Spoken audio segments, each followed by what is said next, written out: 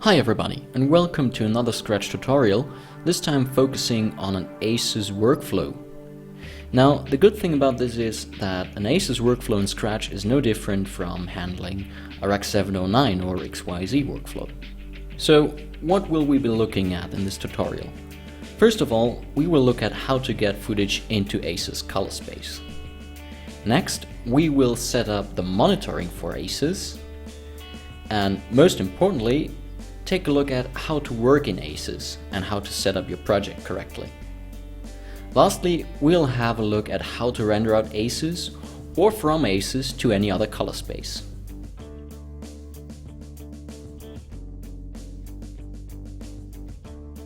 Okay, here we are in our empty Scratch project, and let's start with loading a clip, for example a ProRes file from the Area Alexa camera.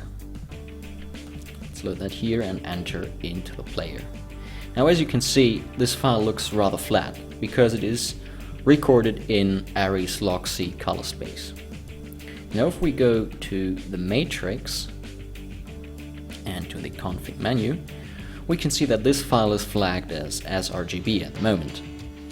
Now, to get this file into ACES color space, we would need to load what's called an IDT, Input Device Transform. To load this file, go to the Load button here, and from the bookmarks, select ACES Transforms. Now, ACES Transforms are mostly written as a CTL file, short for Color Transform Language. So let's switch our file filter to CTL and go to IDTs and select Array. Now we're presented with a bunch of IDTs, each one for a different ISO value. In this case, I'm going to choose the one for an ISO of 800 and load that onto the file. As you can see now, the file looks pretty much crushed and somewhat strange, which is because Scratch doesn't yet know that the file now is actually in ACES color space. To tell Scratch, we can simply flag the file to ACES. And as you see, now the colors look correct. Basically, a CTL file can contain any transform. It doesn't automatically mean loading a CTL file means getting the shot into ACES color space. So this is why we need to tell Scratch manually. Now, Scratch also has live grading capabilities. If we enter the SDI Live View plugin from the construct, we will be thrown into the player, just like with any file-based clip. So let's start capturing our SDI stream. As you can see, this is a live stream encoded in the ACES proxy color space. If we go to the config tab, again we could load any transform that we want onto that live stream. Again, we'll be using our bookmarks tab to go to the ACES transforms folder, set our file type accordingly, and now load the CTL that transforms the live ACES proxy signal into ACES linear. And last but not least, let's flag the signal accordingly as ACES so Scratch knows how to treat it. As you can see, the procedure is basically the same as with a file-based clip, and as such you can work in ACES in an onset environment and create onset looks, save as CTLs, and use them in post again. Now back to our files. If we want to load IDTs to multiple files at once, we could go to the media browser, select all files here, go to the Grade tab, and load the CTL here, and also flag all the selected files here as ACES files after doing so. Now, this was for non-RAW files. For RAW files, there's a different workflow that actually is much easier. Let me add another construct and now load an array raw shot. Now, the good thing about RAW is that the image data in the file itself has not yet a color space attached to it.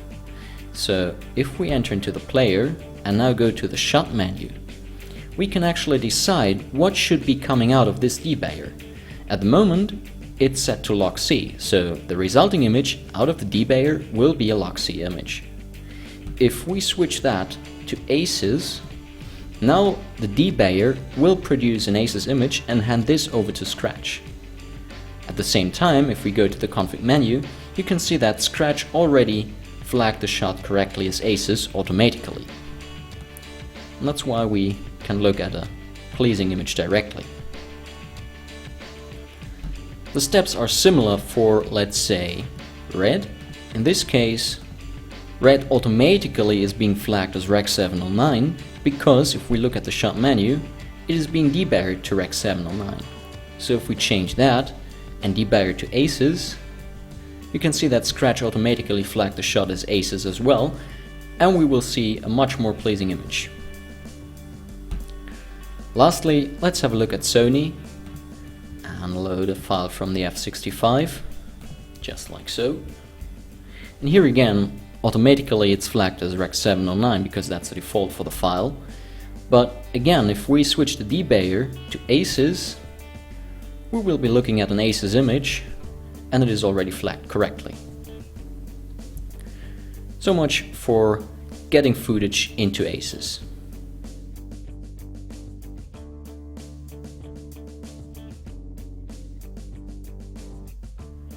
Now let's have a look at how to set up our monitoring according to our ACES workflow. Therefore, enter into the player, right-click, go to Settings, and to the Monitor menu. Now in the Monitor menu, you can set up the output color spaces for both your interface monitor and your SDI display. Usually, when working in ACES color space, to monitor ACES correctly, you would need to load what's called an ODT, Output Device Transform, because a reference display or reference projector as such cannot display ACES as it is. So you need to bring in ACES into a different standard or color space in order to display it correctly. And this basically is being done through this drop down here. So you can see if I select, let's say Rec 709 in this case for this display, Scratch will now look at the source clip and see that it's an ACES, and so apply the correct ODT from ACES to Rec 709 to display the image on my interface monitor. Now on my SDI out, I actually have connected a P3 projector. That of course expects P3 as its input. So for this, I set the drop down to P3. And now Scratch will again look at the clip and see that it's an ACES color space, and at the same time see that my SDI out needs to be P3. So only for the SDI out, Scratch will apply an ACES to P3 ODT. And this will ensure that I'm actually seeing the same image on my projector that I'm seeing on the interface monitor, given that both are calibrated for their respective color spaces. If I disable the Apply Color Space button here, you can see the ACES image as is, without the ODT transforming it into Rec 709.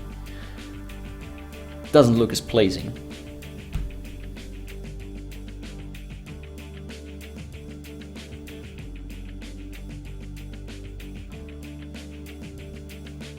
Now let's have a look at how to work with ACES in Scratch.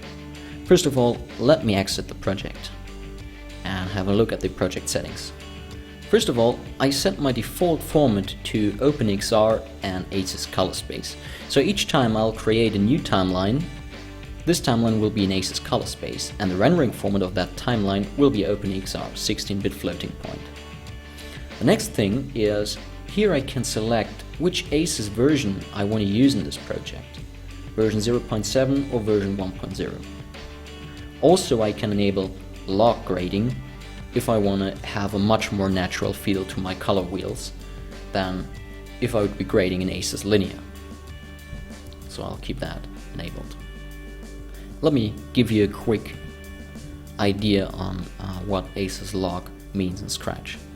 So if we look at this image and ACES log is activated, grading this image feels much more natural using the color wheels in Scratch, like you would be working on, let's say, a Rec 709 image. Now I can go to the setup and disable ACES log grading on a per shot basis, and if I do that, I need to tweak the gamma ring much more to get the same result. simply because ACES linear color space is a very wide gamut, and to have the desired effect, the actual value change is much bigger than if you first squeeze your image into a log range. Now, grading this way feels very unnatural to the colorist. So let me keep this enabled. More technically speaking, what this option does is move an ACES shot into ACES CC, which is ACES log.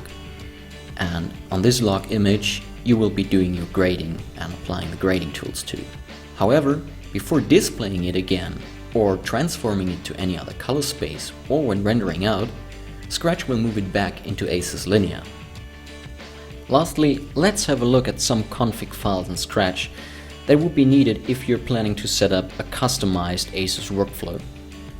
Therefore, go to your system disk, Library, Application Support, Assimilator, Defaults, ACES. And inside this folder you will find the transform files for ACES version 0.7 and for version 1.0, with the subfolders including the IDTs and ODTs that you can use.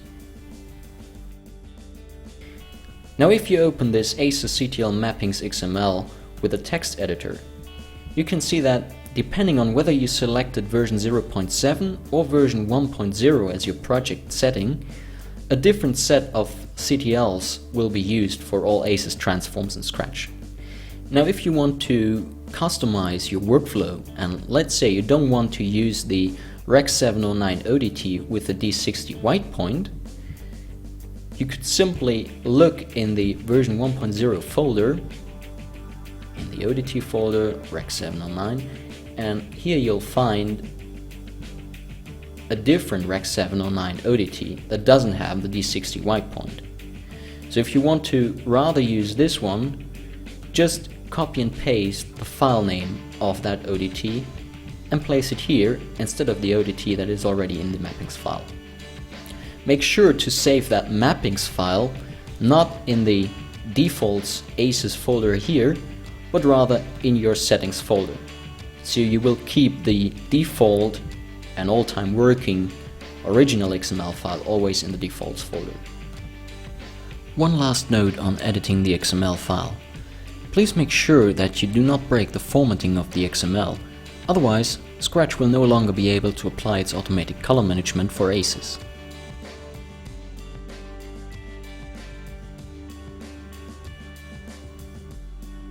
Finally, let's talk about rendering out of Scratch. Therefore, let's go to Outputs and select our main output node. The main output node basically is our timeline.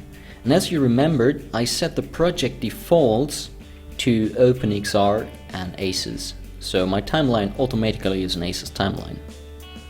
Now if I keep OpenXR selected and process this output node, I would render OpenXR files in the ACES color space.